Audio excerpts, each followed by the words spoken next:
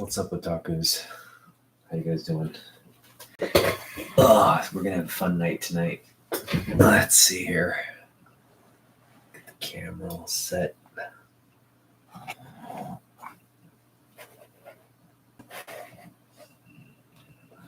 All right.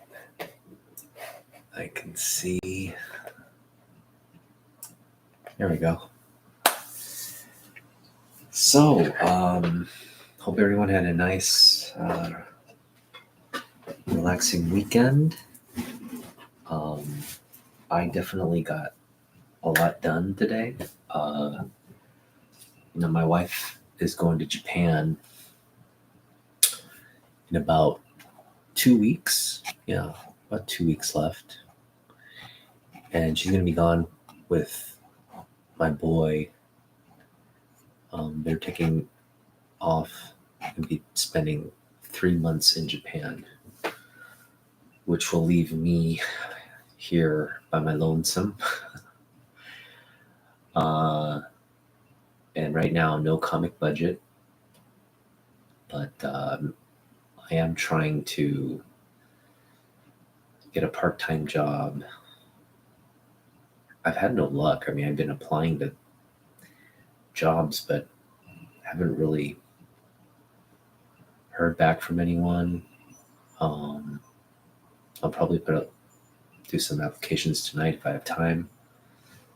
But in all likelihood, I might have to just, walk my resume into some of the local area, retail areas and just apply in person. But hoping to get that wrapped up in the next couple of weeks. In the meantime, we are going to grade a bunch of books today. I'm going to go crazy with getting started on the Byrne Superman books. And I'm going to kind of do them sequentially a little bit. So we are going to start with Byrne's very first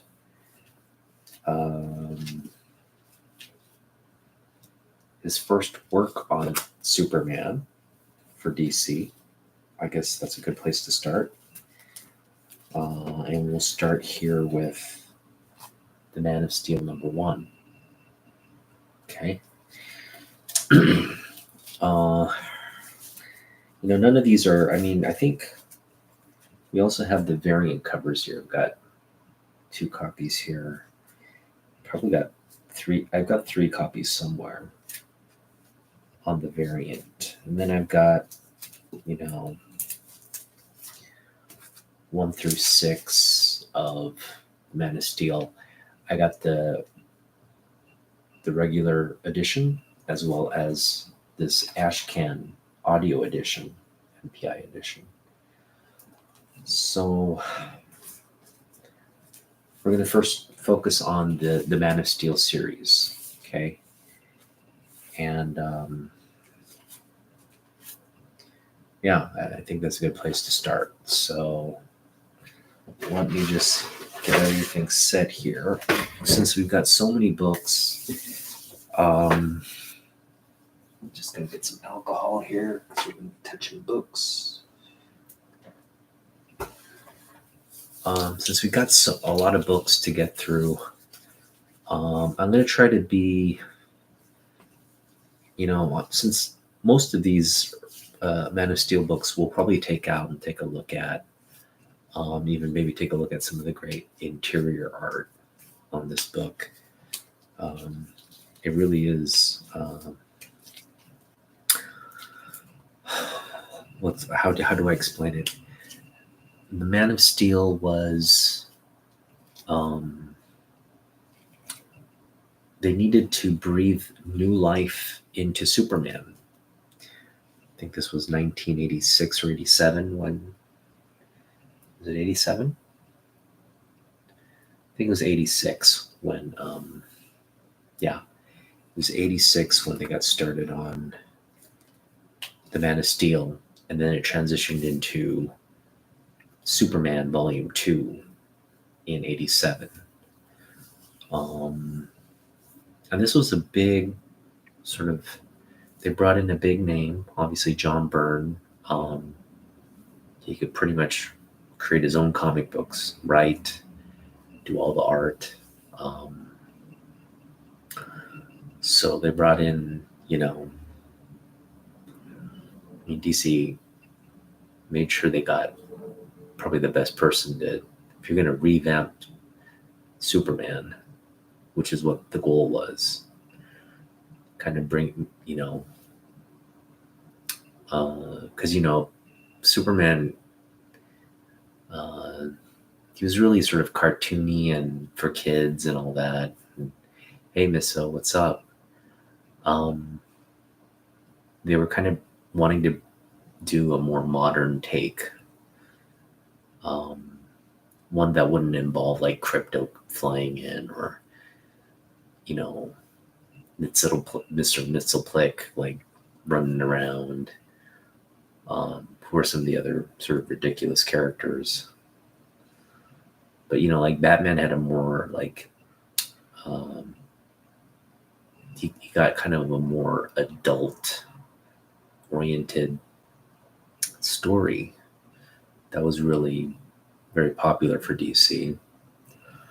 And they're trying to do something similar for Superman, like kind of do a reset, and have it be a more modern sort of take on Superman. And what we're going to cover here in the grading, we're not going to get through all of the Volume 2 Superman Byrne run, but what I'm going to try to do is we're going to get through the Man of Steel. We're going to get through all the Action Comics Byrne run I have in my collection so far, and then maybe get through the first 5 issues of Volume 2 Superman. So yeah, there's a lot of books to kind of look over. All right, here we go. Just gonna head down here.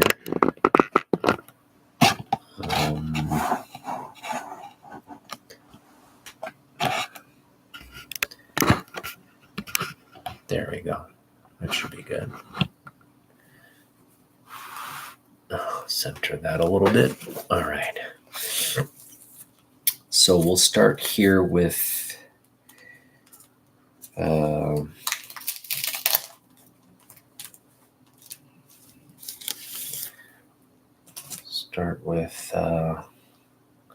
I've got like multiple copies of this here and there. Let me see here. Let me turn it around here so you get a better angle. Let's see.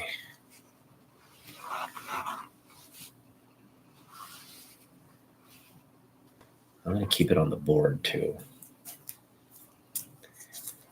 Actually, no. We won't keep. Well, yeah, we will.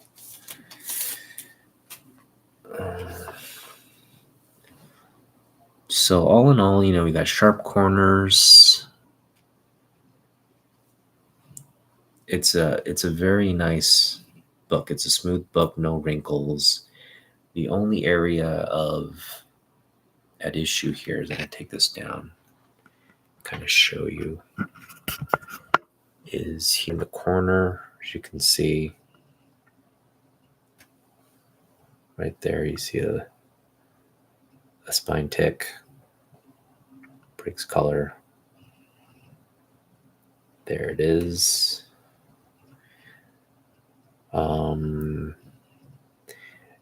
There's another little tick. There's another tick right here.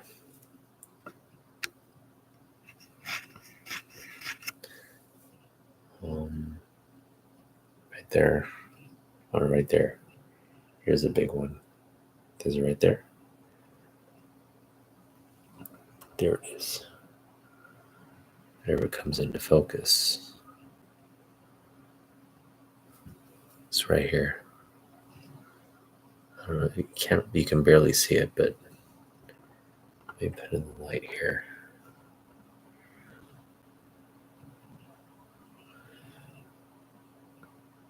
Anyway, it's there. So we've got a couple spine ticks. All in all, I would say it's like it's like a 9.0. It is really does look good, for the most part. It's decent. I'm just going to flip it on the other side, make sure there's no wrinkles or anything there. Yeah. So we've got a big bend here. Doesn't break color, but need to press that out. In fact, if we were to press this out, it would, I think, be very, very high grade. There's that awesome last panel in issue 1.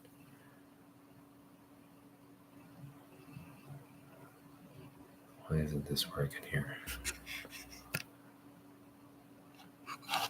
I really need to get a new camera.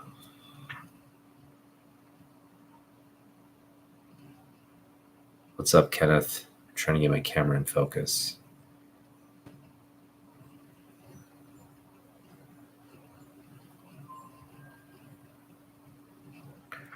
All right, it's not working. So yeah, we've got some major. It's not major, but it's like there's a bend here. You can't see it. I can see it. Maybe if I get in the light here, you'll be able to see it. There we go. See that big bend right there, right by Lois. Right there, you see it. Yeah, again, it doesn't break color, but there's a lot of spine bends, kind of break color on the bottom there, like right here.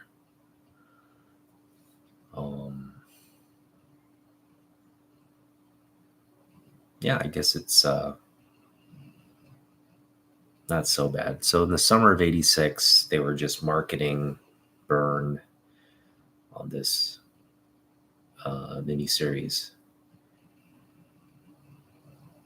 And I remember I remember when this came out, I read issue 1. I think I read like issue 5 as well. But yeah, everything I was reading was like just great. Like, I was like in like 6th grade, so didn't take much. I mean, great art and a decent story, and he had me pretty much.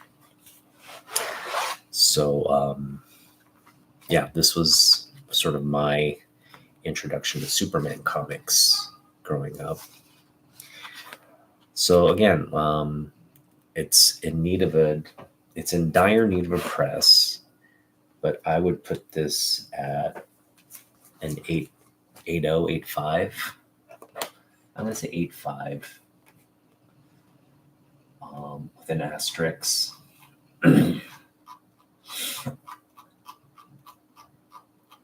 Let's see, Man of Steel. Yeah. 8.5 with an asterisk.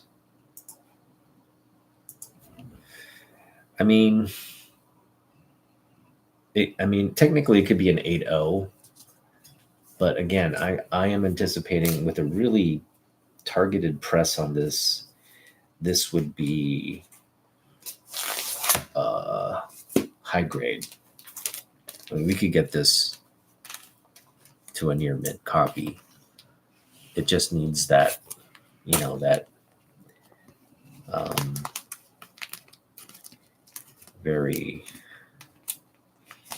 needs a good press, meaning like,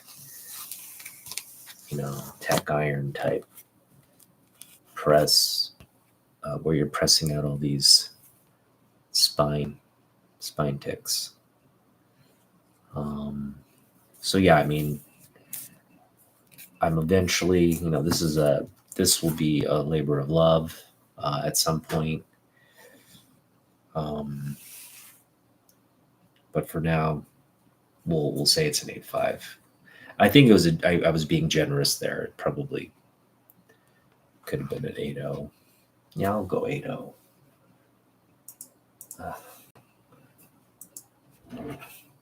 There's just a really big bend in the back. Doesn't break color, but it's pretty noticeable. So this one has a lot of issues. It's got some scratches on the surface. It's got a sticker here. There's bends. It's like a cardboard cover here. There's bends in the book. There's a crease that goes along the top to bottom. You can probably see it there. And there's, of course, just a lot of spine wear there. Corners are rounded. The back of the book.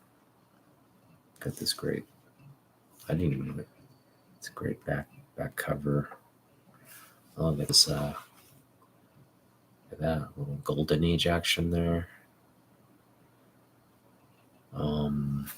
But again, that great final panel by Byrne there.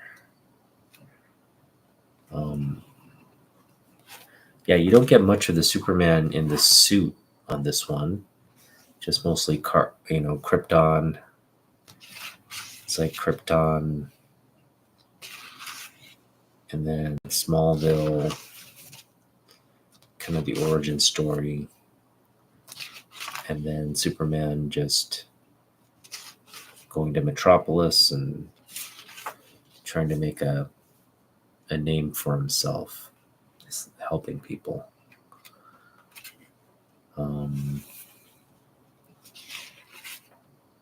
Then you get introduction to Lois Lane, all this good stuff here. Just really, really, really good stuff. So, yeah, I mean, this one is in rough shape. I would put this book at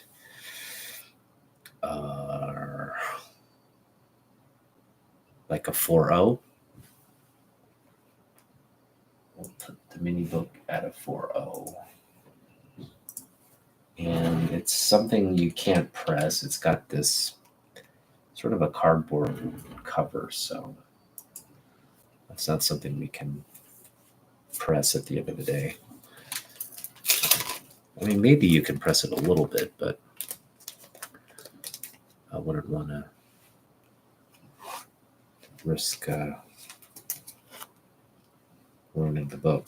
But anyway, if we can pick up a nicer copy of the audio edition, I don't mind doing that. But for now, it's it's a kind of a mid-grade version of it. All right. Yeah, moving on. 4.0 on that Man of Steel #1. I'm just gonna put everything over here. Next, we've got issue #2. This is where Lois Lane, the focus of the series shifts to Lois Lane. Great sort of modern design of Lois here on the cover.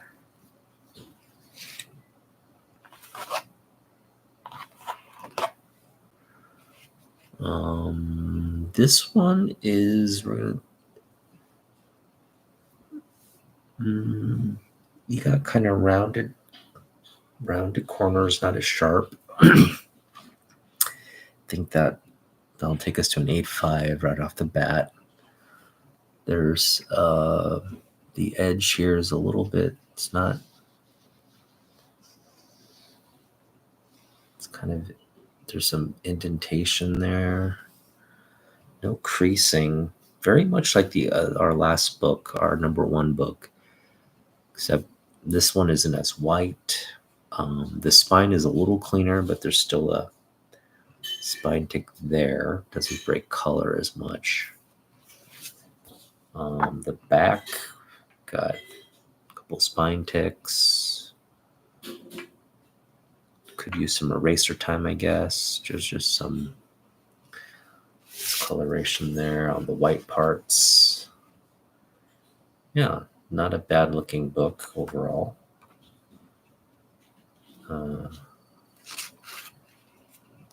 Some beautiful panels on this one as well.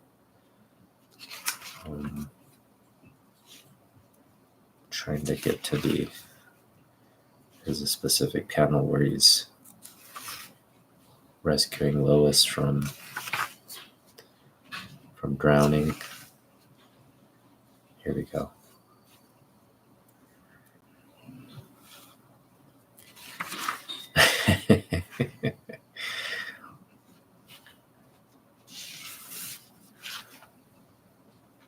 There we go. Great shot of them in their apartment, in Lois's apartment, which is like this nice, looks like a studio apartment in Manhattan or Metropolis. You see the relationship starting to, yep, and then Clark joins the Daily Planet, and that's that. So I'm going to put this at an 8.5. This one's, I think, yeah, I mean, Spine is a lot better than the number one. This one just has a little bit of I think that there's just this sort of, it's not even staining, but it's just kind of dirty looking. It's like off-white. So that's the only thing. So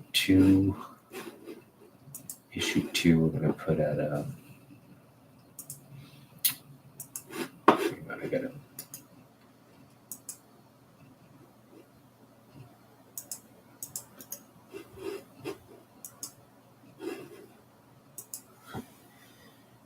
Give me just a second here. I got to copy and paste some of these things in. All right, so 2, we're going to say it's an 8.5. I think this, even if we press it, it's not going to really improve on the 8.5 grade per se. Maybe I'll get to 9.0, but again, the number one, again, the right TLC on a press, this one could potentially reach near mint. But these books aren't. They have a large print count because this was like DC's. They were banking on this to be sort of a hit. And it was. I mean, for the most part, a lot of people went out and bought this copy, and this was, it was heavily marketed by DC at the time. So it was like the title of at DC in summer of '86. So there's a lot of copies of this for sure. All right, so this one, much similar to the number one. Actually, no, it's better. There's just a bend here, a crease, like a deep spine tick here and here. No major creases outside of this little corner crease. Sharper corners on this one. The back has the sticker. And we got a couple bends here, a couple like just residual stuff on the surface. Just gonna get a little bleach here and just wipe that stuff off. Kind of get it cleaner.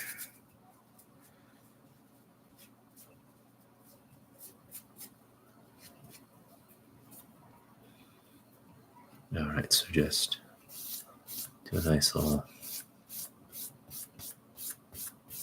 cleaning here. Remove that gunk. That looks a lot better. Don't want to get scratches on here. Okay, that looks a little better. Um,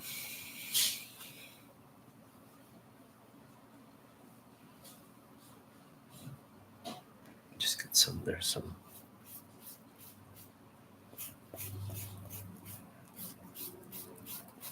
Just gunk on it.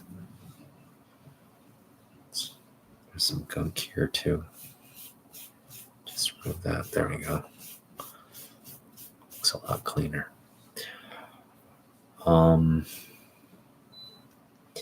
I'd put this at like a 6.0. Put it at a 6.0. No, I'll put it at a 6.5. It's not terrible. The front looks really clean. All right, so yeah, got the number 2 audio version at a 6.5. And a steel number 2. And I really hope, when Superman does come out, people do go out and get copies of this and really give Byrne more credit, I think. No, these aren't. It was a big, I think, reset of Superman that not everybody appreciated, but I, for one, thought it was good. All right, the next one, we got this awesome Batman cover, and I know this this Batman, the blue cowl with the yellow black bat symbols, that's the preferred look for collectors such as Fanboy Prime and myself. I love this look. It's the sort of the DC, I guess you'd call it the Saturday morning cartoon look. That was the Batman that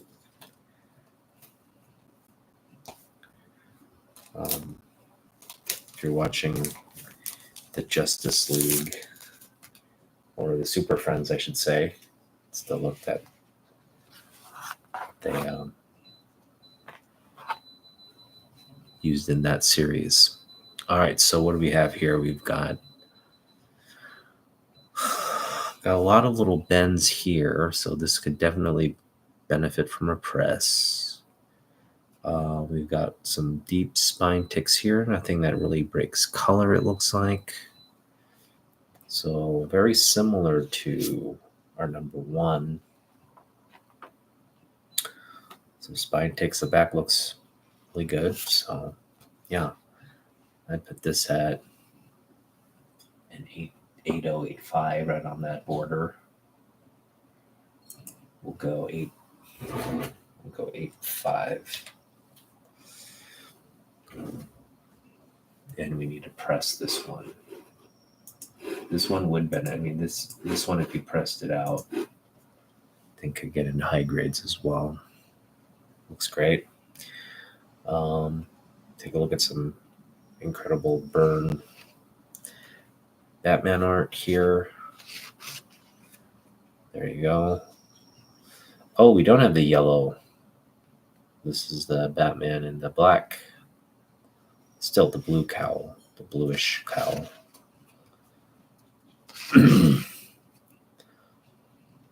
Yeah, their sort of first engagement interaction. Batman's like, who is this guy? Kind of work together to bring down a bad guy. Typical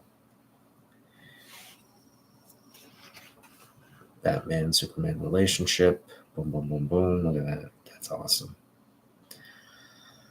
All right, so we're going to go I'm going to go what? 8. I said 8.5 on this one. Needs a press. That should be fine. I mean, yeah, if I do see like creasing or something there, we'd obviously want to drop it to a 7.5, but I'm not seeing that. Everything's pressable in terms of what I'm seeing on that book. Got a corner crease there. This one's probably going to start at like a 7.5. Some spine ticks. Front looks actually really decent. Yeah. I do like the interior. I do like overall like these smaller books because you got this added these Action Comics covers. No ads in this one. It looks like, it's the paper's a little better quality. Color's more vibrant. I do like these audio ones better. Look at that. You get some great Superman covers, and it's a classic cover right there. So yeah, I mean, if you're a Superman fan, you want to get all of these in your collection. So I'm going to put this one at a 7.5. It's actually not too bad. Outside of that corner crease, it's probably the best conditioned one. The front looks really, really good. So we'll put that at a 7.5. I'll go a 7.0 since it does have the corner creases like 7.5 should be okay. Doesn't need a press. All right, so I've been putting these in backward because I wanted to. Let's try this again. So I want to put these in with a comic on the back.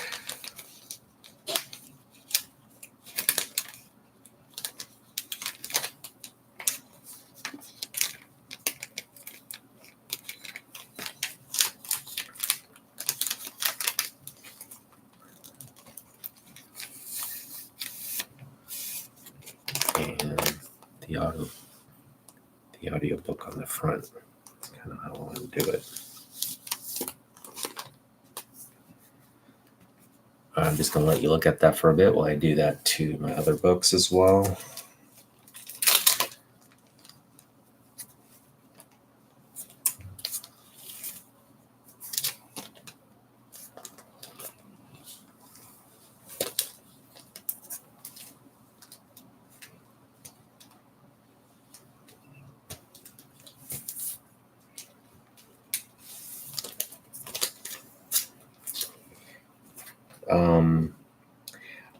I think I've said this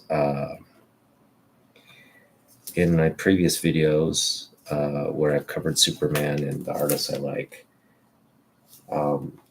My top 3 artists of all time are Jim Lee, Neil Adams, and John Byrne. And all 3 of these legends have worked on Superman. And all 3 have really sort of iconic. Their Supermans are iconic. It's just a classic, And that's the thing. Like I know Jim. A lot of what Jim Lee worked on Superman are sort of a redesign with where the suit is without underpants. And you guys all know how I feel about no underpants Superman.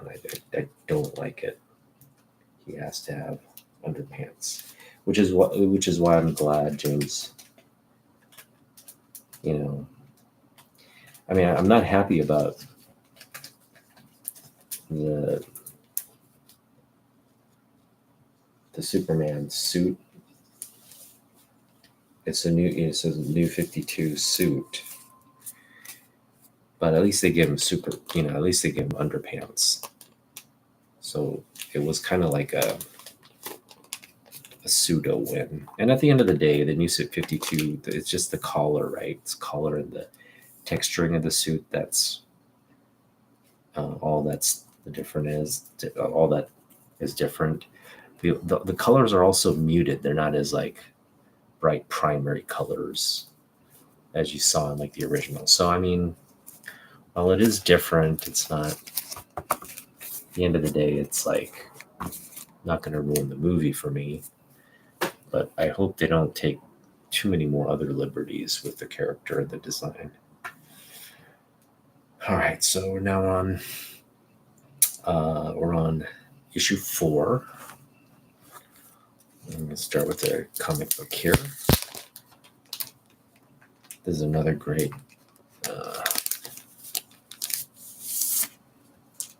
cover with a very central character, Lex Luthor. This has quite a number of little dings here.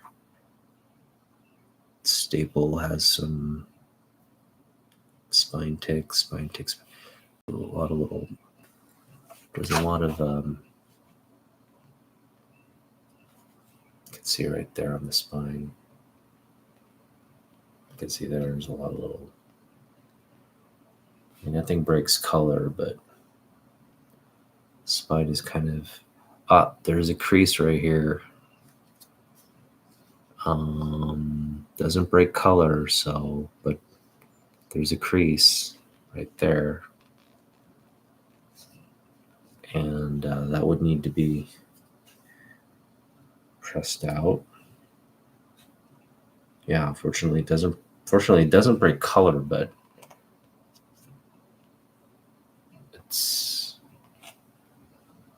the crease is there. There's some breaking of color right there from what looks to be like indentation. Take a look at the back. A couple spine ticks. Another little corner, like crease there. Doesn't break color. I can press out. So a lot of like pressable little defects here. This one's going to be a 7.5.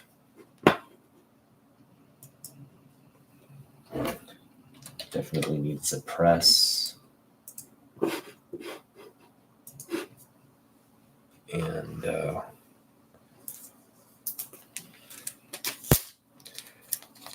yeah, I mean, I wouldn't mind getting these in near mint. It's one of those things like, we have these in our collection, and when I'm out on the hunt, these are generally like dollar bin finds. Sometimes you'll see them for like $2 or $3. But I don't like when I'm searching for books, these are already in my collection. So I'm not looking to get more copies. And I do run into them quite often, and I'm tempted to pick up more copies, especially the Byrne Superman run. I think the thing that I would pick up though are probably our newsstand copies of this run. So if I do see like a newsstand copy for like $1 or around there, I will probably pick that up. But yeah, I mean, direct direct editions, unless it's like absolutely like flawless looking, like brand new looking. I'm probably not gonna try to pick up any more of these. Why am I having? I have such problems with bagging and boarding. I don't know why I'm so bagging and boarding deficient. Gotta focus. Here we go.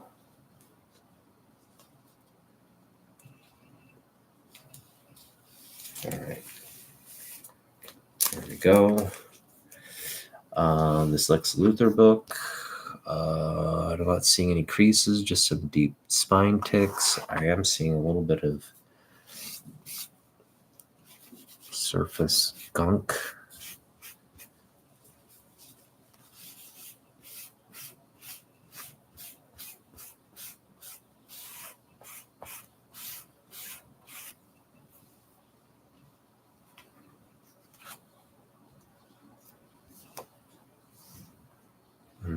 Yeah, this one's looking a lot better. I'd put this in the 7.0 range, 7.5 range as well.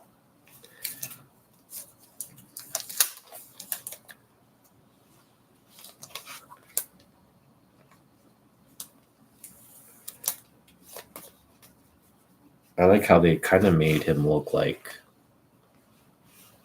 kind of like Donald Trump, I guess, a little bit. He kind of does look like Donald Trump in there. I don't know if that was obviously back during this age. Donald Trump was like good looking, you know, relatively speaking, I guess. All right. Now we've got this Bizarro issue. And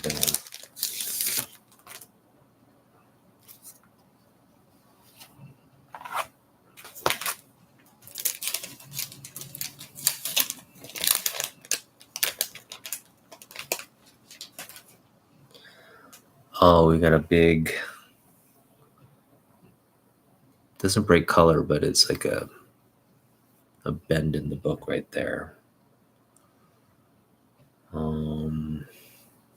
A lot of little scratches up here as well. This is probably a copy I do need to get a better one of. So we need to press this one for sure. I'll show you what I'm looking at here in the light. Doesn't break color, but eesh, how can I get it? Right there, you see there's like a bend. You see it right there? Like right around here. You'll see a bend. Anyway, it's there. Trust me. Oh, here we go. Right there. You see that? A bend in the book.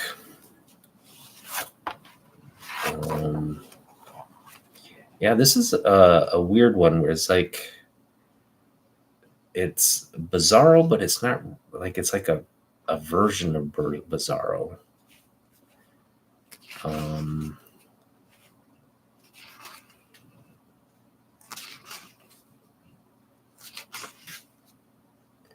It's not Bizarro, but it's like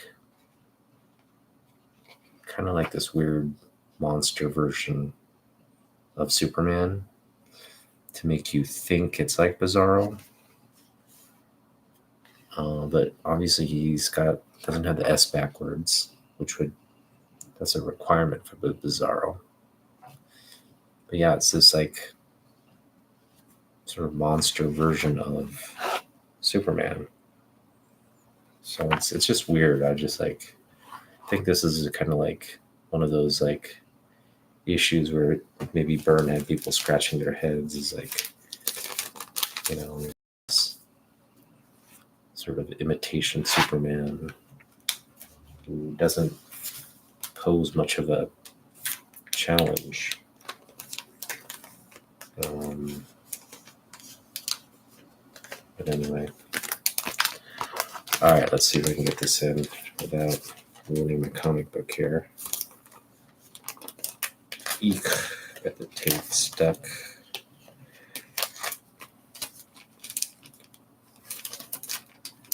I know what I got to do. I just got to put the bag in first, then put in the book.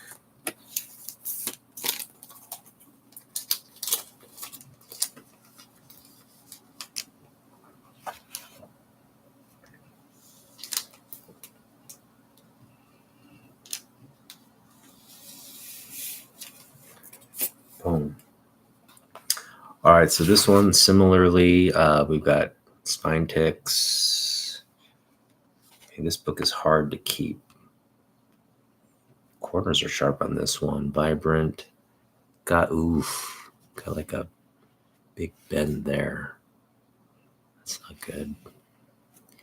And spine ticks. So this one is probably going to be, I'll put this at like a, we'll put it at a 5.5. Now on these audio ones aren't that rare, I don't think, but they are kind of harder to find. So for me, like, wait, what do we put the other? What did we put the Lex Luthor one at? I think we put it at 7.5 as well.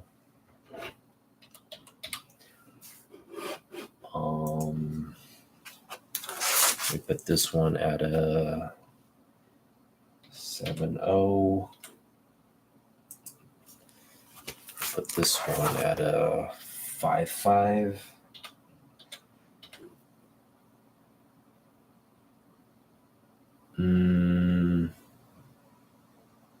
Put it at a 5.0. There's just a big, like, dent crease right there. It's not big, but given all the other little flaws and stuff, pretty significant. All right, so, and I got these audio ones in a trade with Byrne LCS, so shout out to Byrne LCS for these. I love this. I love these audio ash cans. If I could pick these up, like a whole set in near mint, that's something I would do for sure. Yeah, I wouldn't mind graded copies of it. Someone has slabbed it and is just selling it for like slab fees. Like some like $30 or $40 for the slab. I would definitely consider buying that if it's a 9.8. All right, so we've got this one's an 8.5. It looks like just some spine ticks here and there, some indents on the book. Back looks decent. Corners are still sharp. And of course we have my favorite, Lana Lang, Superman's sweetheart, Lois's rival. This is kind of Lana is kind of sad in this one. I think, look at that. Look at that little insert. That's nice. What is this? First the Dark Knight, then the Man of Steel. Now DC does it again. Oh, so this is where they introduce Volume 2 of Wonder Woman with the Perez. Wow, that's a great preview. Oh, that's awesome. That is a keeper. So yeah, I'm going to put this at an 8.5, but like I said, Wanda Lang's introduced this in this one, and she's kind of like still pining for Clark, or pining for, yeah. And yeah, she's not really, she hasn't done much. She's still in Smallville. She's, yeah, kind of just stuck. Look at that. And it ends. This is the ending. So I'm going to put this at an 8.5. Italicize it because it needs a press. And then 6C. This is actually probably the best audio copy we have. The front, just a couple spine ticks. These are obviously read and loved. Back looks decent. So this is an 8.5 as well.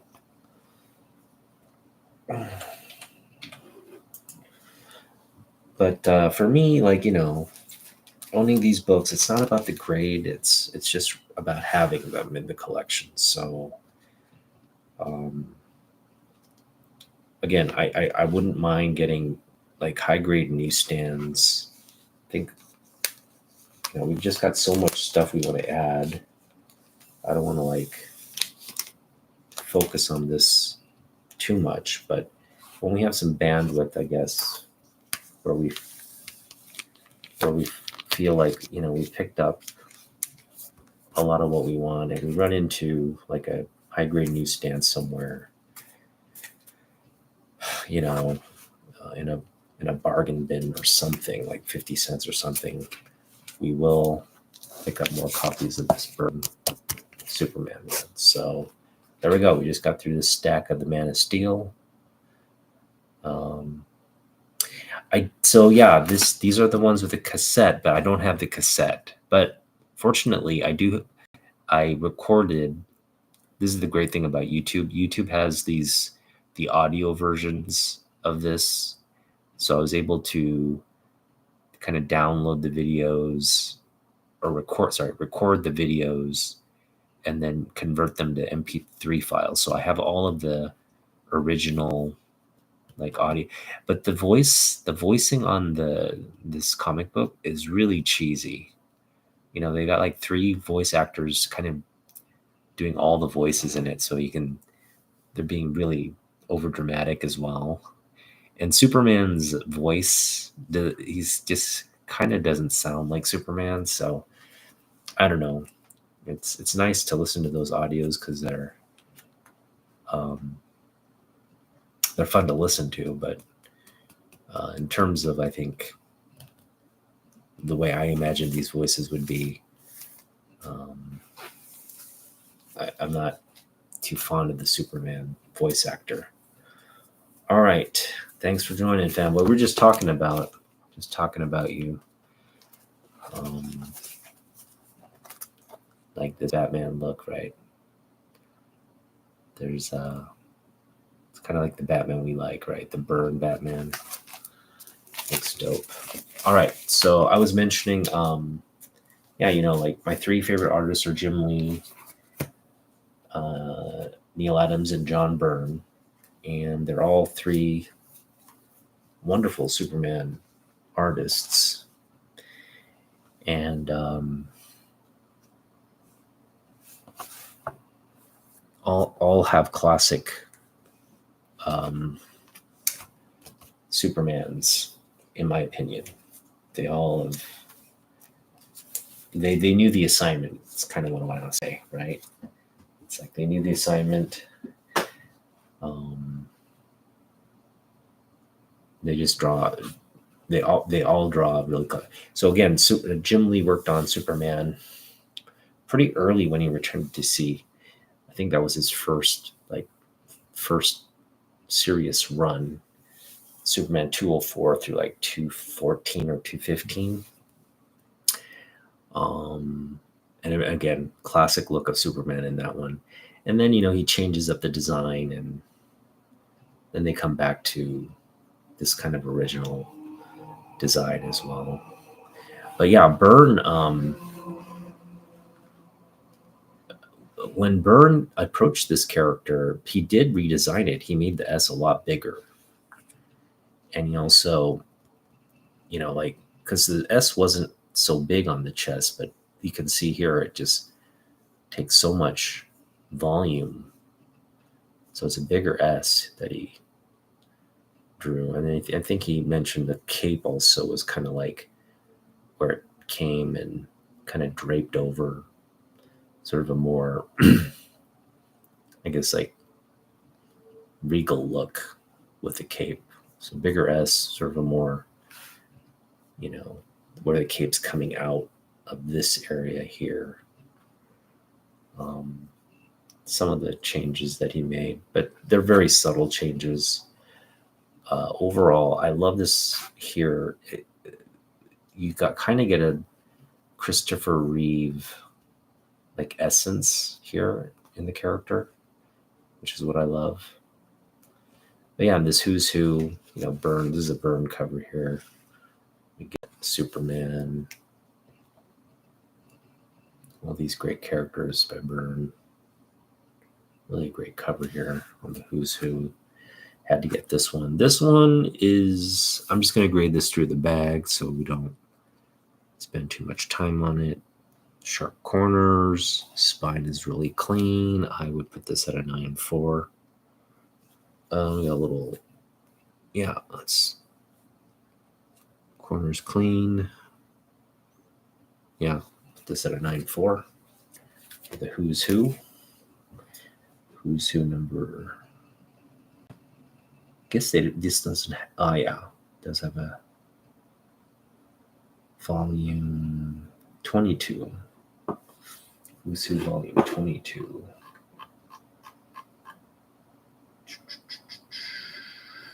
I'm going to put this at a 9.4.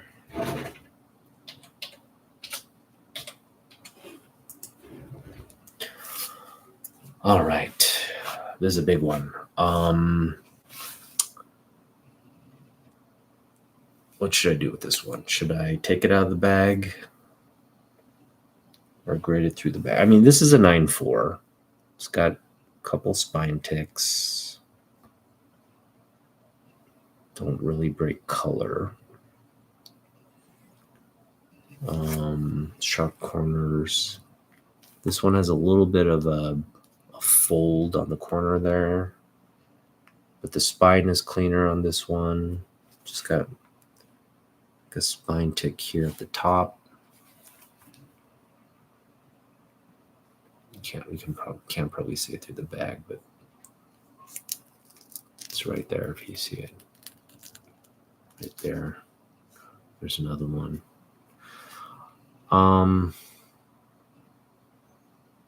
Yeah, I'd put this one at a 9.4. I'd put this one at a 9.0. 9.490.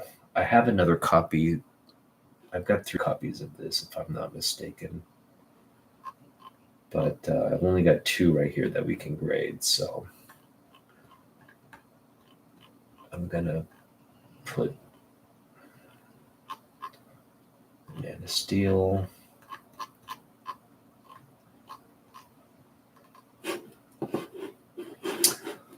Put one of them at a 9.4. One of them at a 9.0.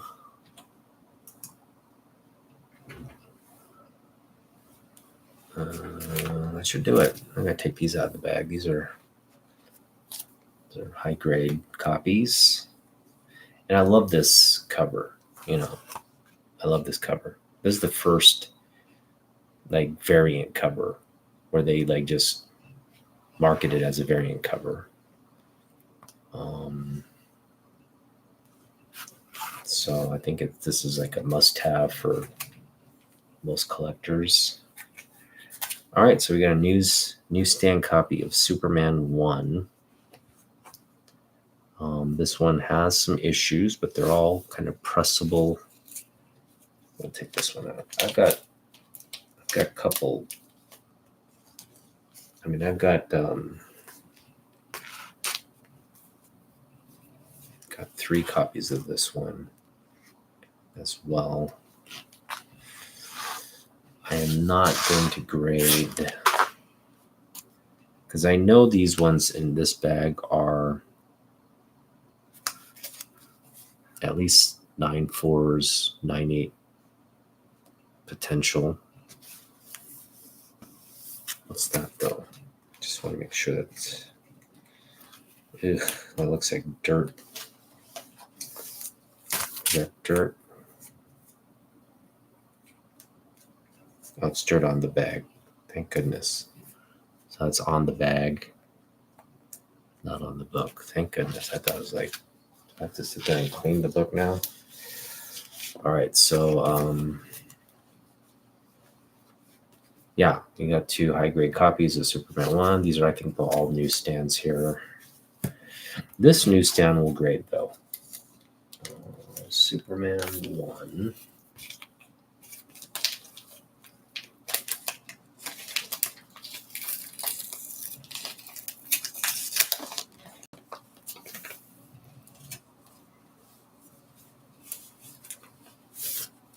All right, so as you can see, there's a lot. These are all pressable defects. You got a little corner bend there. Doesn't break color. Got a little indents here on the surface of the book. Corners are kind of sharp. I think as is, we're talking about an 8.5 right here. Kind of got some. Oh, that's the ad. Thank goodness. It's Karate Kid. I always wanted this toy, and it's just never around where I didn't sell it where I was. I guess we could take a look at the interior of this beautiful book.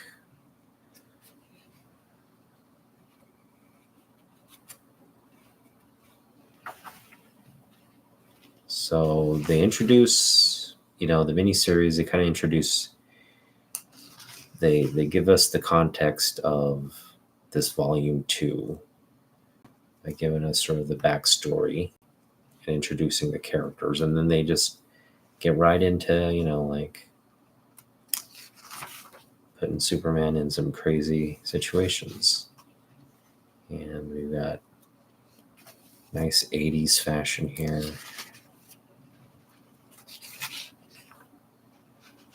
Got the tallow, the return of this, like the mail bag and all that. So yeah, overall, really great stuff. Boom.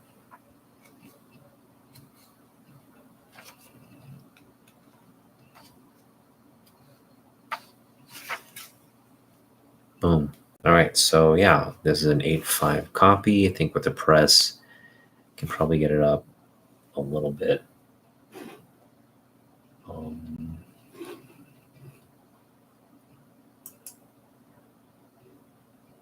Let's see, Superman 1.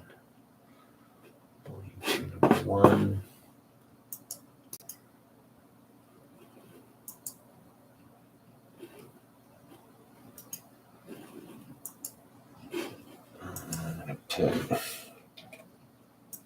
My other 2 copies is at a 9.4. I'm gonna put one at 9.4 and one at 9.8,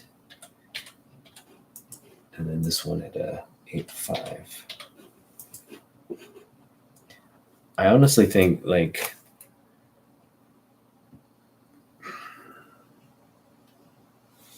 no, I think they're all 9.4s.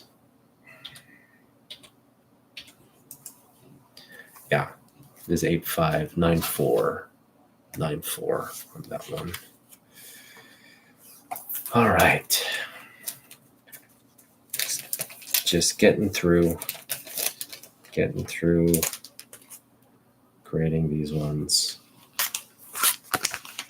I'm kind of on a mission to complete the Byrne Superman this summer. Kind of be focused on picking up the remainder of the Byrne Action Comics. I've got all of the Superman Volume 2 that he worked on, as well as, of course, all the Man of Steel. I think there's a couple other like Superman related covers and books that are also came out where Byrne worked on them. But again, we'll just kind of approach it bit by bit. So what we're going to do is we're going to work on grading the first 5 books, and some of these I have doubles of. So we'll take a look at both copies. We got both the direct and the newsstand. So all here in the bag, you'll see our newsstands. So we'll grade the direct first.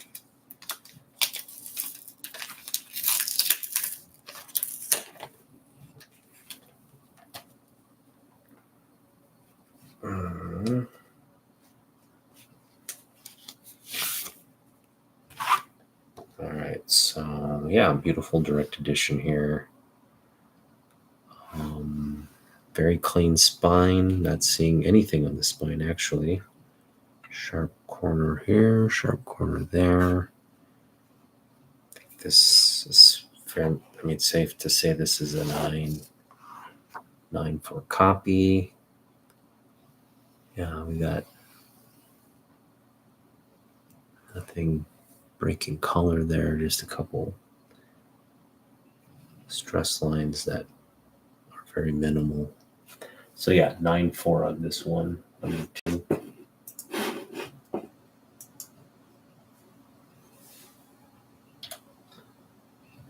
Oh, hang on. This is too direct.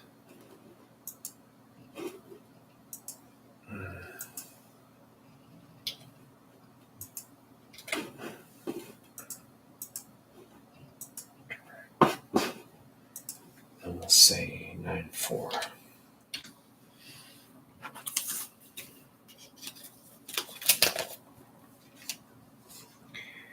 All right. Now we're going to take a look at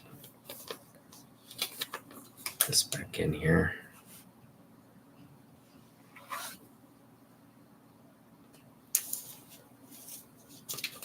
Yikes. Hang on.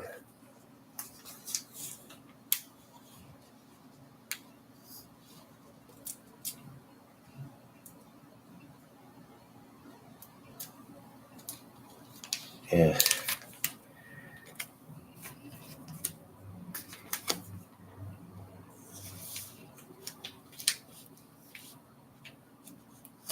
Ugh. Gonna ruin this book here.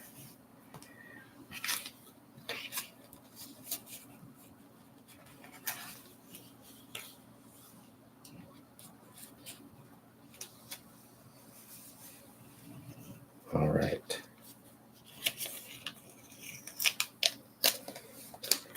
Whew. These bags are so tight. Guess it's my fault for putting 2 books in there, but all right. So this is the Newsy, and yeah, we got kind of a surface bend, but doesn't break color. So another bend here at the top.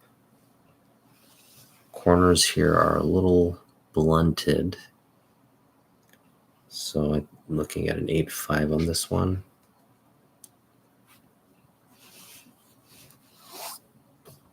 Back looks decent.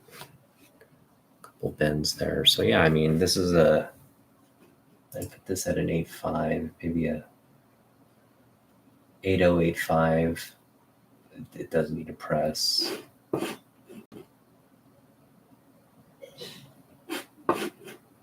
Say 8.5.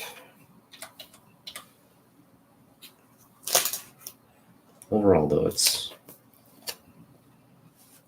with a press, I think it'll potential to get high grade. All right. There we go.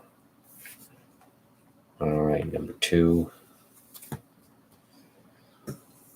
Number 3, this is just one of my favorite Byrne covers here. Deadly Dark Side. That's just a great cover right there. We also have 2 copies of this one. We'll start with the direct copy.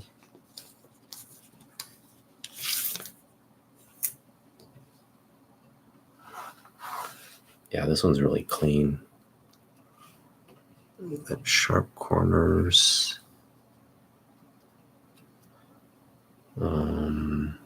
Got a little bit of actually issue there. It looks like that's like a crunched. You can see the stress lines there. That's not good.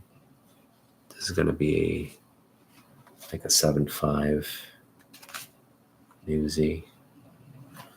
I will put this at a 7.5. And this is not something I think that'll press out at the end of the day. That's fine.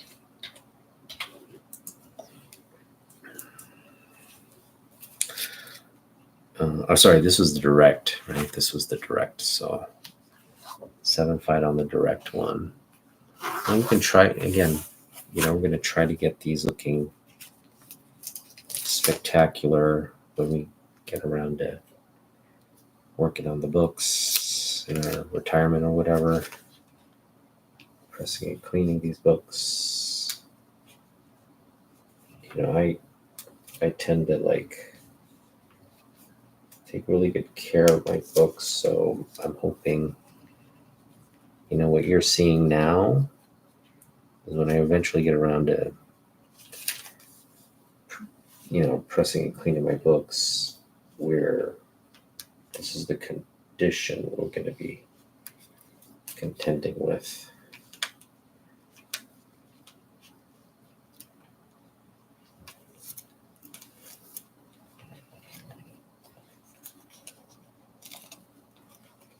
Oh, shoot. Oh, thank God. All right. This is becoming a little bit of an issue. I'm going to take the comic book out first. Take a little bit of the backing board out.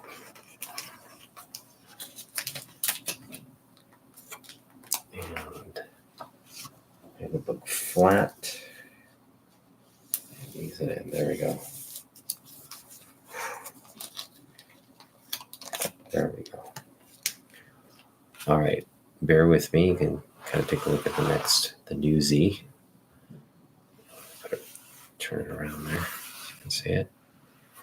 This one has some issues. There's a big spine tick here, another spine tick there. They break color. So the Newsies is not a near mint copy. I think right now it's an 8.5 we're looking at.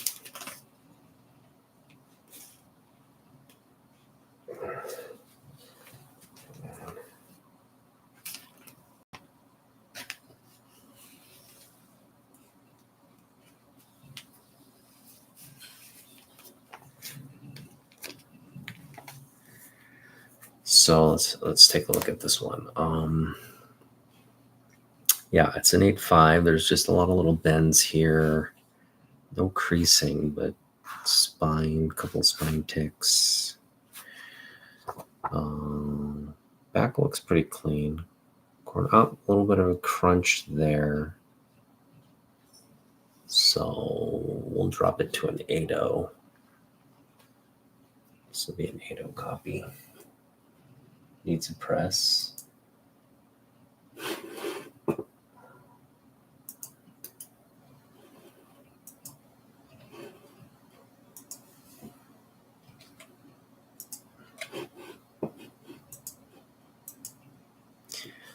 So our direct edition, we said, was a 7.5. And we'll put this one at almost an 8.0. Okay.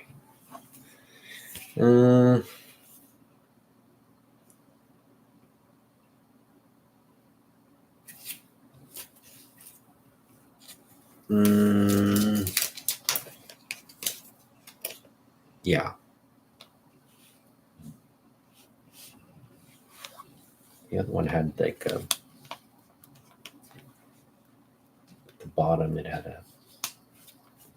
a big issue. So that's why we get a 7.5. This one just has a little bit of a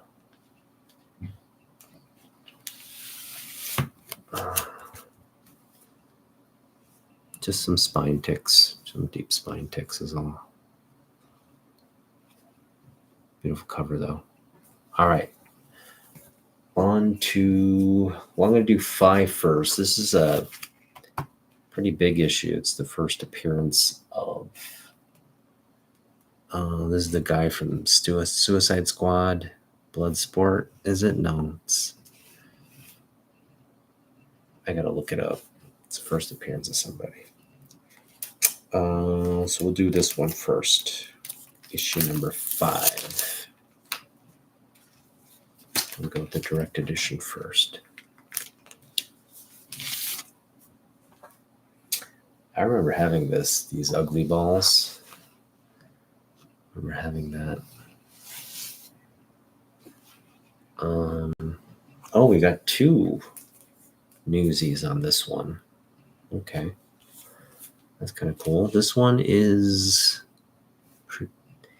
8.5, just a lot of surface stuff here. No creasing, just surface issues, couple of spine ticks. No, nothing really color breaking.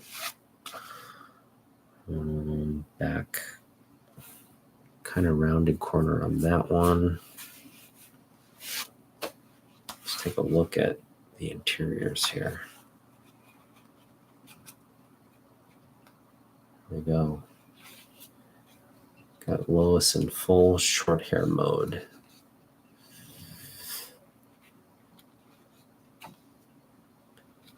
There we go.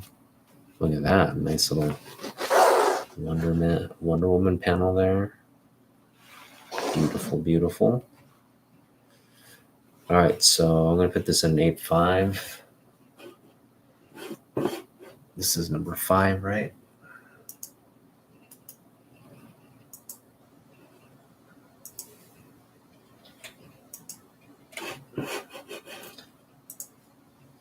And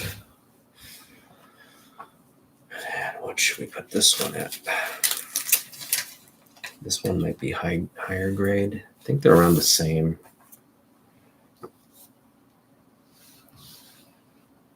This one, the spine is a lot cleaner. Overall, it's a lot cleaner.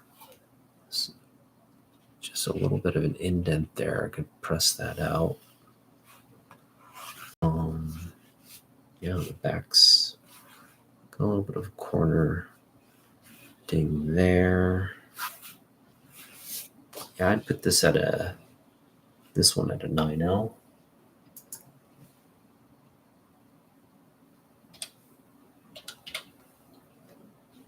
They're very similar. This one just probably has less. Again, the spine is cleaner on this one, which is what inclines me to give it the higher grade.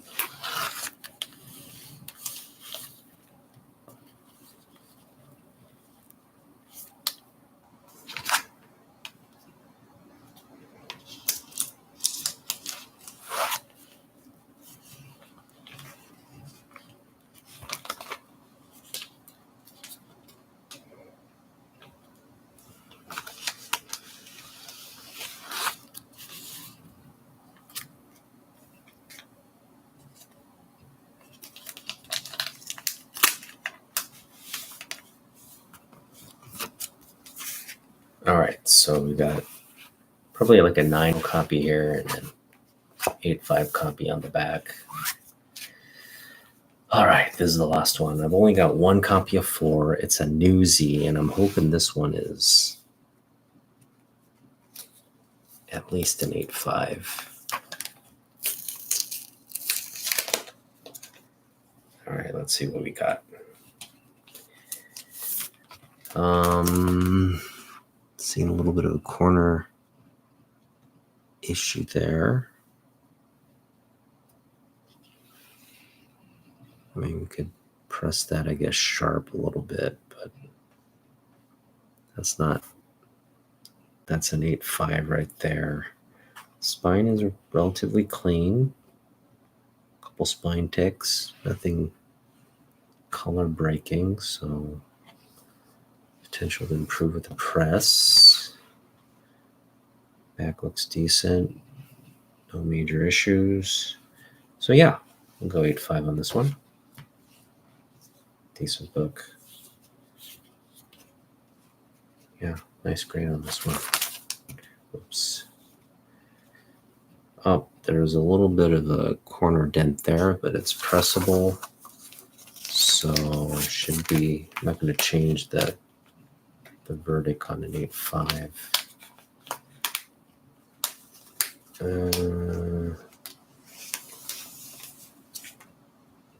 Yeah, we'll go 8.0 with an asterisk so that we know we have to press this one on the 4. Asterisks. I think we're going to put asterisks on most of these. We'll probably revisit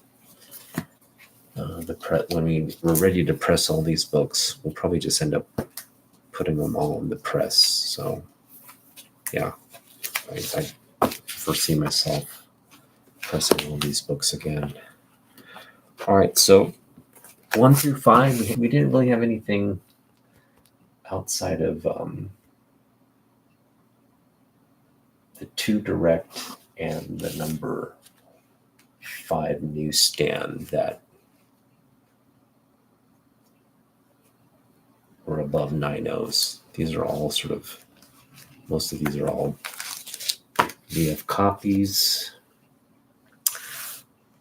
I guess that's okay. I mean, we got a great deal on these. We got these newsies for $1 last summer, so can't complain in terms of where the grades are. All right, well, we got a couple more books. So I've been this is where I'm focused right now. I'm trying to pick up more Byrne Action Comics. And yeah, I mean, I think there's all in all something like 17 books, 13 or 17 books. It's like 583 to 600 essentially. Action Comic, his run on Action Comics. So that's like 17 books probably. So it is a sizable run, all things considering, and but doable. I mean, these aren't terribly expensive. I'd like to pick them up in newsstands if possible, but I'll pick up anything. I think most of these have just all been direct. That's what we've been finding. So if we can pick them up in newsstands, we will try to do it. But for now, we've just been picking up whatever. I have grades on these. I think I graded a lot of these when we picked them up. So let's see here. Do we have a grade for 590, 584? We do. I gave this one a 9.0. Okay. It's decent. Let's see. We got 591. That we do not have a grade on, so we'll take this one out. I think this is high grade. Pretty sure it is.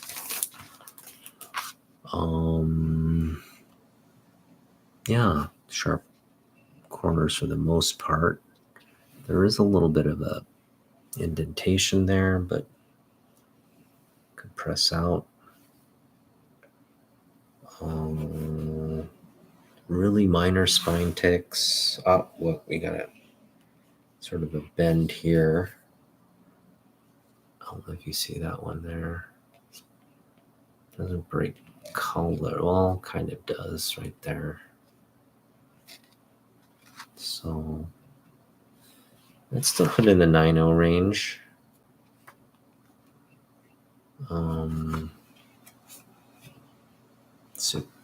Superboy versus Superman. I love when they're fighting each other as boy and man.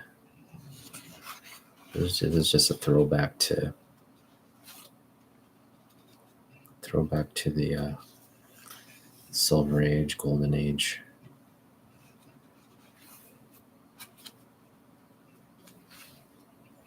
All right, so yeah, this is a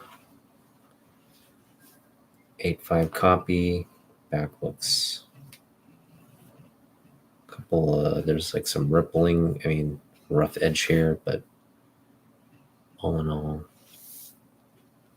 it's not going to detract from an 8.5. So 8.5. What is this? 584, 591. We'll go 8.5. Italicize it. It's a press. Boom.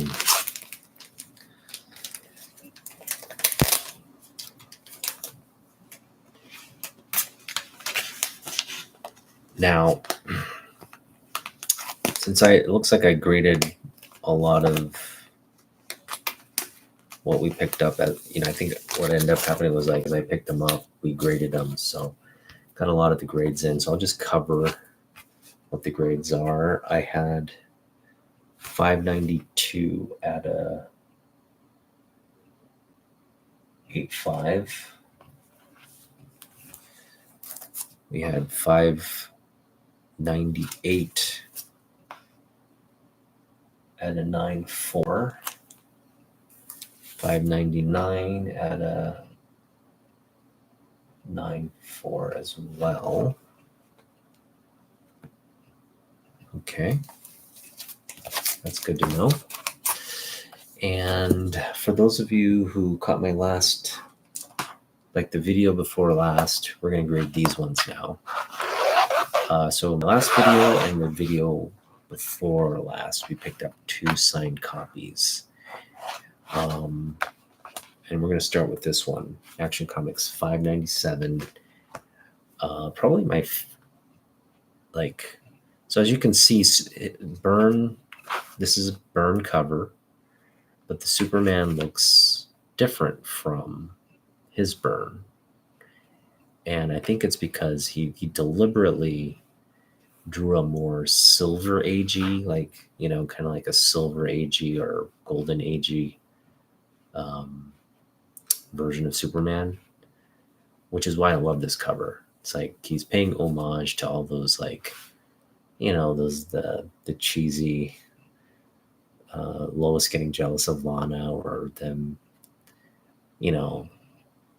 always kind of like indirectly in competition for Superman's attention, or it's just hilarious. And here he has him just outright like fighting and Superman having to separate them. So yeah, you got the Lois and Lana issue. Love the colors on this one. Love how simplistic it is. And again, I love this sort of like throwback kind of feel to an 80s book. It's just a great cover. And then we have John Byrne inserting himself, and I love when John Byrne kind of inserts himself into the books. He does more of this as he, when you get into the like the She-Hulk, when you get into the 90s, it's full on, like there's literally issues where he's just popping in, right? Either on the cover or like in the interior of the book. So, yeah, we got this little note from John Byrne, and then I picked up this signed copy. So we're gonna try to grade it through the this top loader here. Now through the top loader, you're gonna see you're not gonna see much. It's gonna look super clean, the spine. Well, maybe actually right there you might catch some stuff, but it actually does have like some spine ticks. Let's see if you can catch them through the. There's one like right around here. I think you can see it.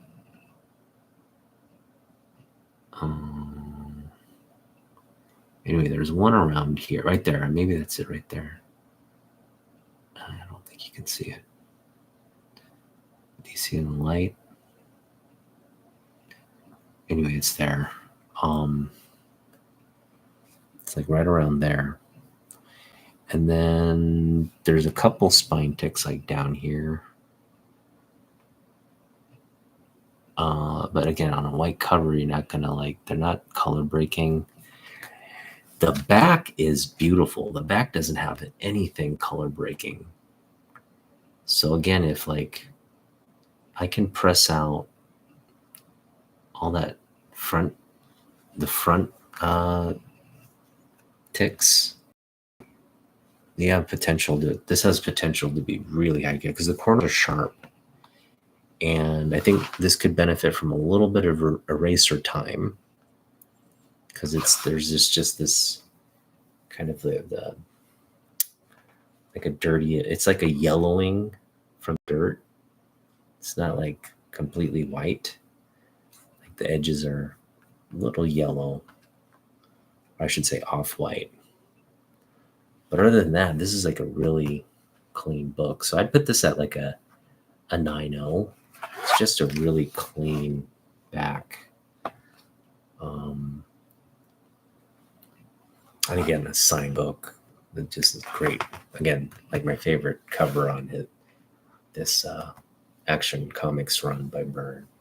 So this is just just instantly becomes one of my favorite books in the PC Superman books. Yeah, I have this at a 9.0. Really, really. And I got this for 30, we paid $24 for it.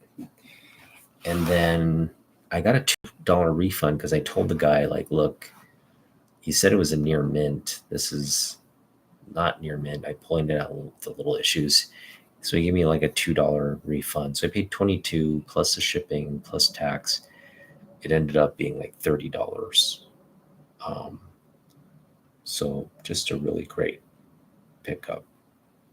Yeah, I got my tax back essentially on this book.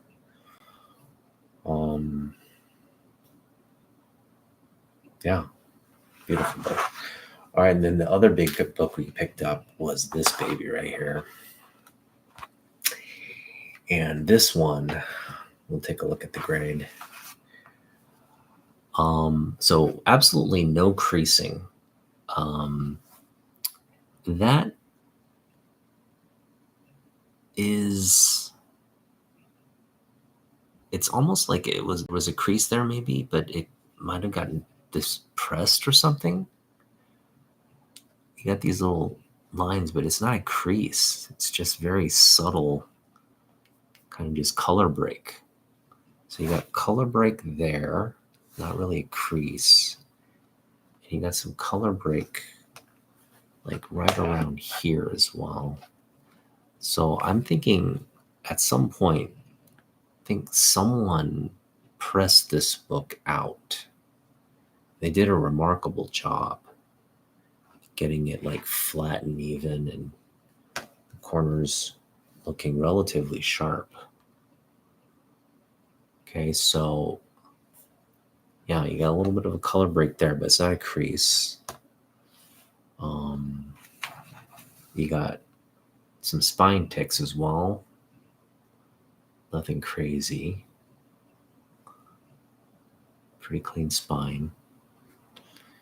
And yeah, the back looks really clean and great. So, I mean, someone put, I think, a lot of, either they just did a good job of preserving the book, or they really did a great like pressing and cleaning job on this. But it looks fantastic, and I am apt to say this is like a 7.5 copy on a Silver Age book. And that's what I'm going to put it at. I'll put this at a 7.5. Just really looks phenomenal.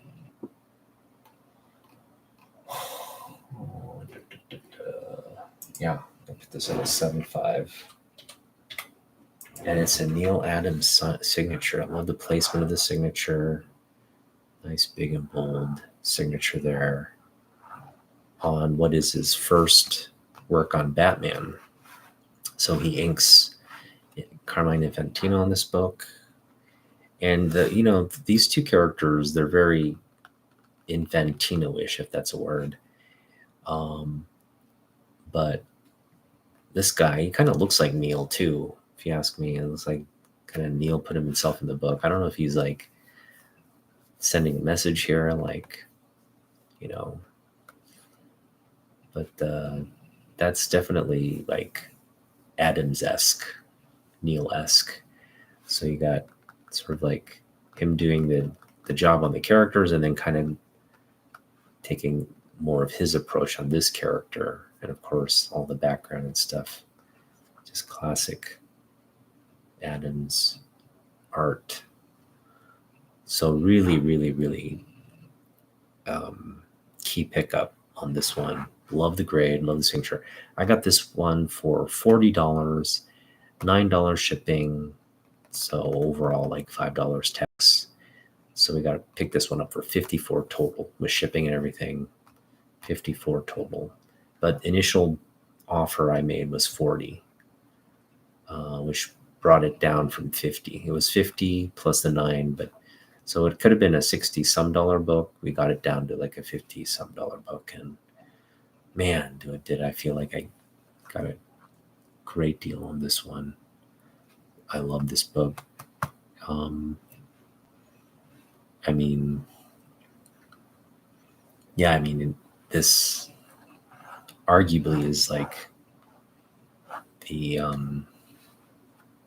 this is probably my best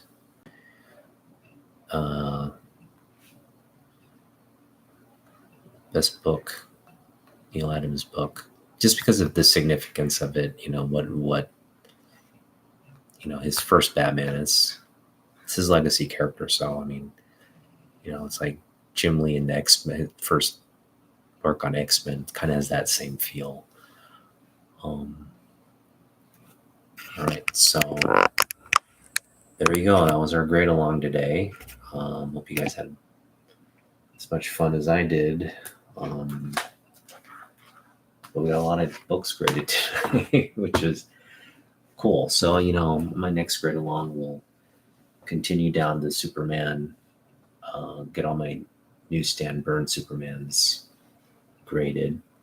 But, we got them all in like a bundled run. So the grades are going to be kind of similar. They're going to be VF range. I don't think anything's below VF in that entire run. So it might get a little dull, but we're going to go 6 through 20, I think 21, 6 through 21 on Volume 2 Superman. So stay tuned for that.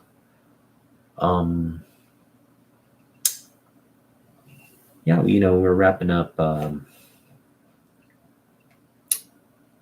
Asia American Pacific Islander Heritage Month. We wrapped it up, and we do the annual celebration of the month with our community, and it was a lot of fun this year. Just had more participation, had some incredible guests. It just really felt like we took a big step forward. Because like the first year was great, and the second year it took a step forward. But this year I felt like it took just a giant leap um, forward. So I'm really looking for. I mean, we did a lot of. We talked a lot about what we wanted to do for next year, how we're going to top this year, and obviously, if we can get Jim Lee on, that would just be the mic drop. I'd just be like, we don't have to do this anymore. We got the guy, the guy in comic books that, just the Asian American person in comic books, right? Like Jim Lee. Obviously, the goal is to get him, but I feel like we're close. It just felt like we're the way that the momentum is built, and I think we've got more eyes on the month than we've ever had.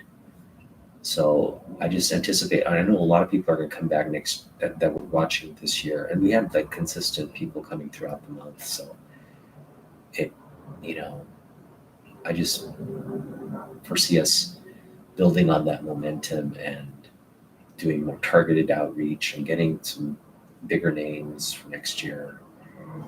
Um, yeah, you know, um, we've got David Nakayama coming on again soon. I think in July. He said he might have time to check in with us. But yeah, I mean, there's a bunch of people that we can still, but we'd love to feature on the program. Still, there are a bunch of people.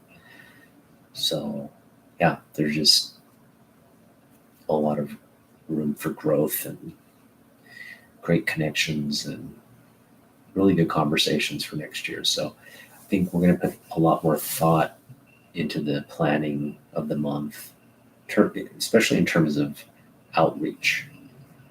We've got 5 or 6 of us working on the program now, not just me and Young anymore. It's E-Man, K-Pop, Junkie, Cantonese Comic Kid, and Ryan Odagawa. He's joining us to be part of the panel now. So that's a pretty large expanded roster. And if it's the 5 of us using,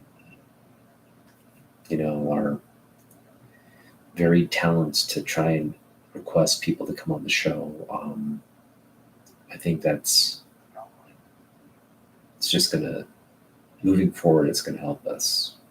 And then when we gain that presence on social media, more eyes get on the program. Eventually, it's going to get to a point where, Jim Lee might catch it on his social media stream. I'm sure he seems pretty active on social media, so I'm sure he's scrolling and doing everything you and I are doing.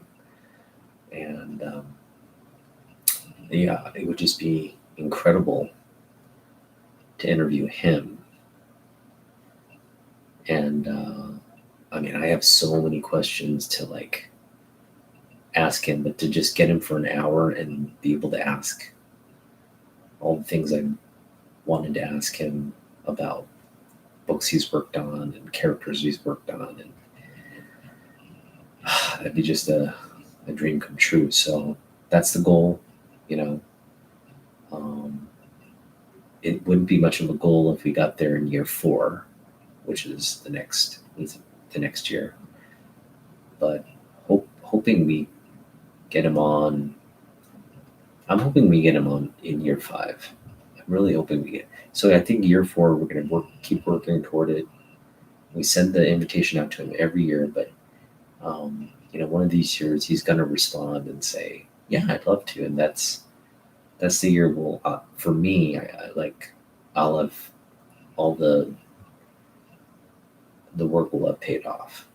It's just like not that the community is you know, obviously the Asian American Pacific Islander comic book community means more than just like a Jim Lee interview.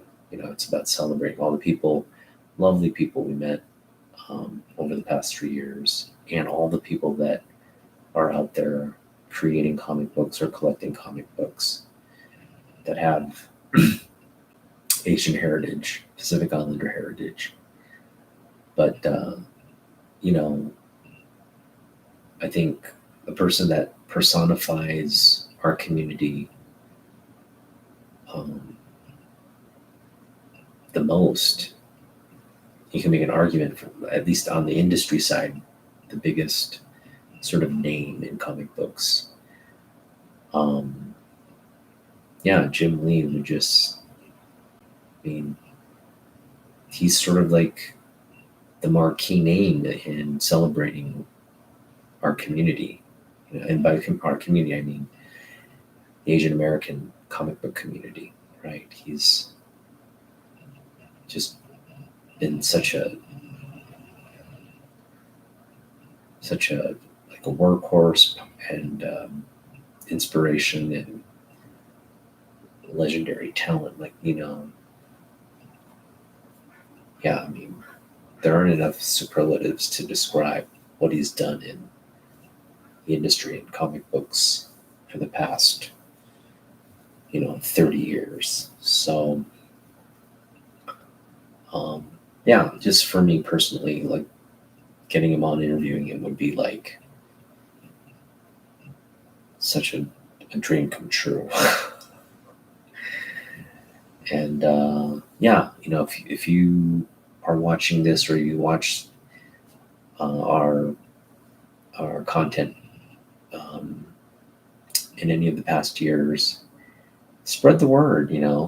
When May comes around, I know there's a lot going on. It's we're kind of in the thick of con season and everything, but spread the word that there's this great channel that features that celebrates API Comic Book Community Heritage Month. It's a unique thing. You get to have lots of to kind of weigh in on some conversations with people in the industry, collectors in our community. Just a great, it's a good time. So just spread the word. And that's all we can ask. Subscribe to our channels, all of our channels. Share, spread the word, comment, do all the things that kind of help the algorithm get more eyes onto what we're doing. And again, if you help us do that, I'm sure Jim Lee isn't too, he's not too far behind in terms of being able to see what we're doing and coming on our program. That would just be phenomenal. We're getting closer to the Deadpool movie, and I think at this point it seems like Dazzler's just a foregone conclusion. I think we can assume Dazzler's going to be in the movie in a cameo. And what I mean in a cameo, by cameo, is like I don't think she's going to be in the movie. But so she's going to be in the movie, but she's not going to be in the movie. And what I mean is, you have the main storyline, right? She's not going to be in any of that. What I think she's going to do, she's going to make a cameo, and she's going to make a cameo as Dazzler, like at the end credits or something, and appease the fans. That's all. That's honestly all I think is what you're going to see. And then, of course, there's going to be a huge fervor, and people are going to be like demanding that she played Dazzler in the next X-Men movie and all that. And who knows, maybe she will. But it's just going to be like a small cameo. She may show up as, who knows what, maybe she may just show up as herself in Dazzler makeup or something, but it's gonna, it's that kind of buzz that you see at the end credit scene. And I think that's kind of what we're gonna get. I don't think you get anything more than that, without detracting from the movie itself. What else? I talked ad nauseum about how I don't like the suit, Superman suit. It's not horrible, but it's not great either. Um, I do appreciate that they put the underwear on him, but I still think they should have just gone with the classic look. But we really got to. I don't want people to cancel Gunn's, because he has the DCEU set up to be like Marvel, okay, to be like, just a chain of events that branch out and build the various DC titles or characters, and then kind of merges it into like a big event. And I do want to see that succeed. So regardless of how awful Superman is, I think Gunn should at least get the opportunity to flesh some of that out before we ultimately give him the verdict of like, this isn't working, stop making movies. Like, we gotta at least give Superman a chance to be what it is. And I think the next couple of movies we've got like a Green Lantern movie coming out. We've got the Midnighter coming out. We've got I think a Teen Titans movie also coming out. Correct me if I'm wrong. I know we got a Nightwing movie as well, or maybe Nightwing is in the Teen Titans movie. And there's another one of this. Oh yeah, Booster Gold, right? Booster Gold is coming out, so it should be interesting, just to see those projects get off the ground. And again, I think we need to give him. I mean, DC's already giving him the investment to. I mean, this Superman is a big test for him. Everything hinges on the success of Superman. So, kind of what I'm saying is like, go watch Superman, give it a shot. Even if you hear bad reviews about it, go watch the movie yourself and make a judgment for yourself. Because the critics are probably gonna love it. Audience, the initial audience kind of reaction, I'm sure, whether it's good or bad, you're going to get DC marketing it as good. So I think you're going to just get this initial surge of people watching it. What's really going to have to make it work is like week on week, right? You're going to see at least 3-4 weeks of it being number one. And if it doesn't get that, there's a chance that DC pulls the plug on Gunn as well. And so that's kind of like, even if I don't like the Superman movie, I do want to see what Gunn does with the rest of the DCU. Now, if Gunn really, I don't want to swear, but if he fudges up Superman, I'm going to have a real problem with whatever he presents in the DCU. But I don't foresee him doing that. I foresee him actually putting out a good Superman movie, maybe maybe not something that meets everybody's expectations, but something original, something solid, maybe a new, something that's the character, but also introduces a new element to what we all know as a Superman story. Um, and as long as he does that, and that's not really a high bar. That's a low bar. It's like you just give me a character that I can like, a story I can like, get behind, and just funnel through. It doesn't have to be like, I'm not gonna compare it to like the I'm not gonna compare it to the you know Christopher Reeve Superman, the the Richard Donner Superman. Richard Donner did an incredible job on that movie.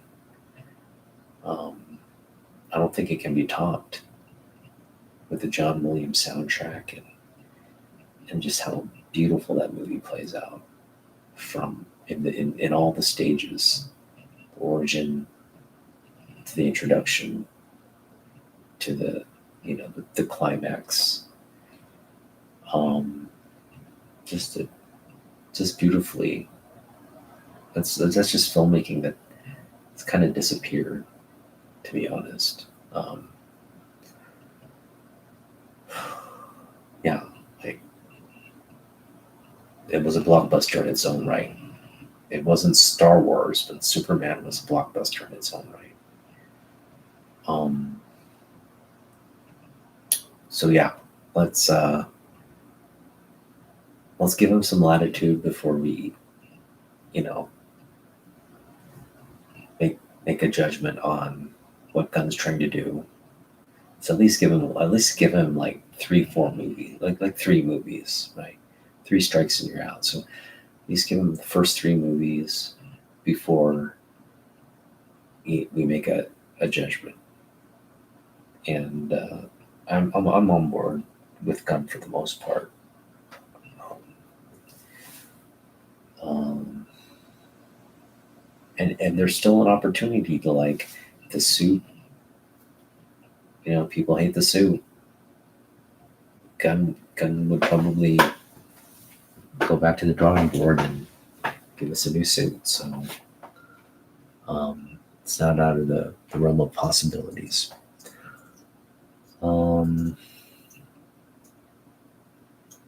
X-Men 97,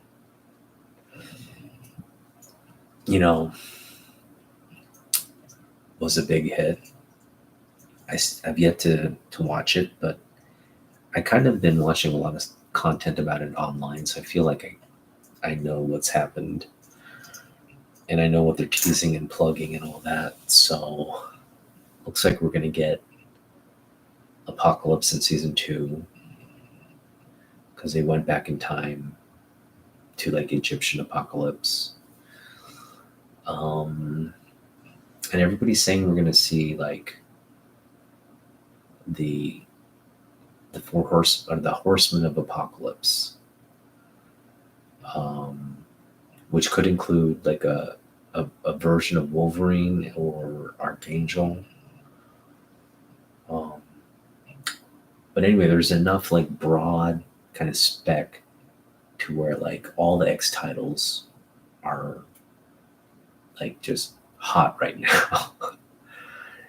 I mean, you could just literally pick up any X-Men issue and it's hot because of X-Men 97. So we're talking like, from like probably the Byrne run to the more modern X-Men titles.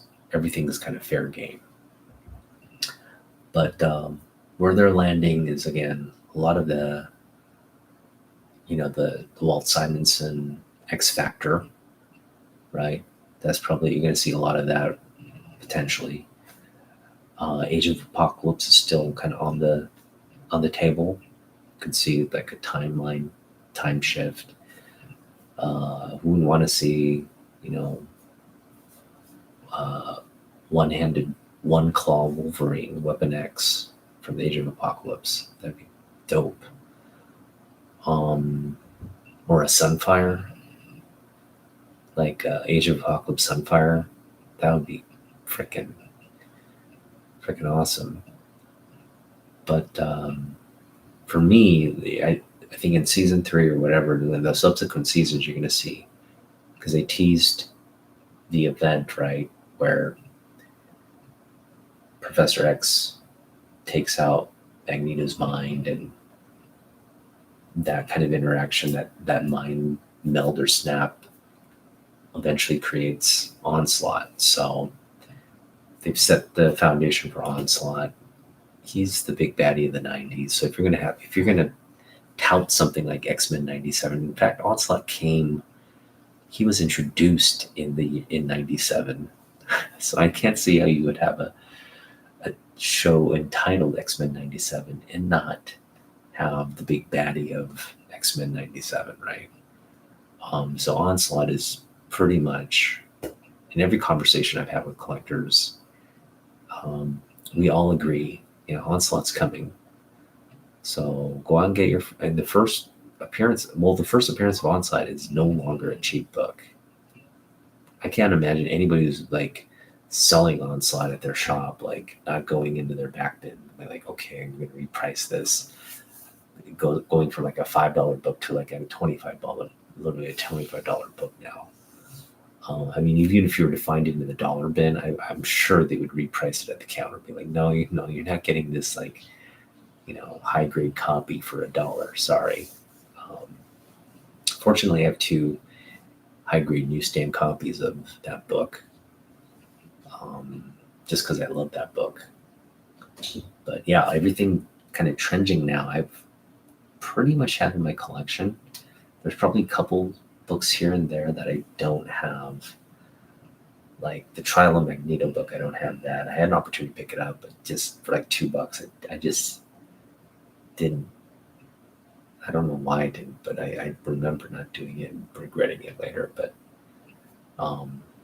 yeah, there are books like that here and there. But for the most part, I picked up a lot of X-Men last summer. I continue to do that now when I run into it cheap.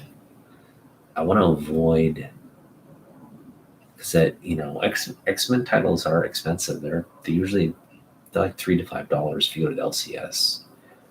And I imagine they'll stay $3 to $5. But just because those books are hot now, I don't want to actually pay. I'm not feeling FOMO for anything right now in terms of X-Men. So let's just put it at that. I feel like there's a couple things out there, and I would love to pick up like some of the Silvestri run. But I'd say for the most part, everything I kind of wanted to pick up, I picked up, and the stuff that I'm still wanting to pick up, I'm going to do the Unyoung approach, where it'll be like a bargain bin find. It doesn't have to be like, we're not obsessed with grade on that run, so as long as we pick up a copy we don't have for cheap somewhere, it should be good. What else? Oh yeah, so I've made the decision. Alex came on our show. Alex Bustos, great. She's a professional artist who loves collecting comic books, but she's taking that passion of comic books to actually do some comic book art, prints and stuff, and do a show. So she's going to be doing a show, I think, the first week of August in Vancouver. I'm not sure what the show's called. I think it's Vancouver something con, I'm sure. But I do intend on going up there to just say hello, hang out with her if I can. But mainly to just, get some comic books, hang out in Vancouver. We're just going to make it a day trip, go there really, really early, head to the con, spend the day there, maybe grab dinner with Alex and her boyfriend, if it's feasible. If they have plans and stuff, that's cool. But yeah, and then come back down.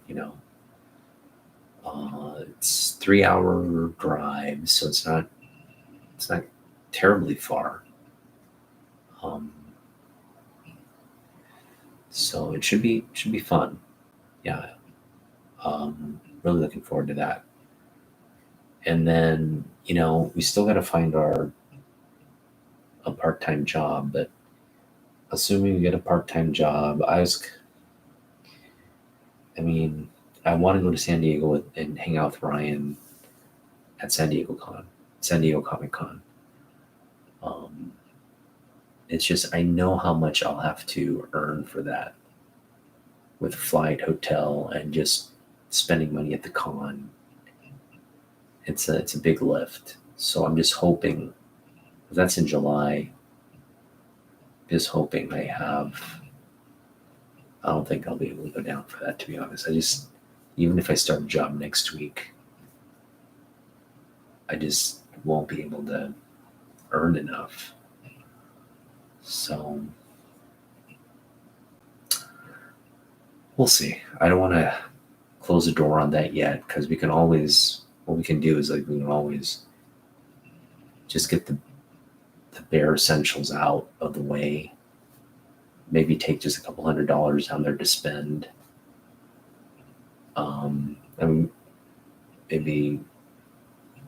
Food, we have to get food anyway. So as long as I'm not splurging on food. So SoCal food can be kind of expensive, but it can also be rather inexpensive if you know where to go. So yeah, we'll just have to see. I just see it being too big of a lift financially to really be able to do it. So, but there's always next year, hopefully. And there's always just it doesn't have to necessarily be San Diego Comic Con. I can just go down, hang out with Ryan whenever we have bandwidth to do so. So, we'll just leave it at that. All right. Well, it was fun hanging out. Thanks for dropping by this weekend, and we'll. I'm not sure when. I'm probably gonna do more grade alongs on the weekend. I don't think I'll be picking up too many books, at least not until we have some budget, some income coming in. So, yeah, that's that. All right, we'll see you in the next one. Peace out. Otaku out.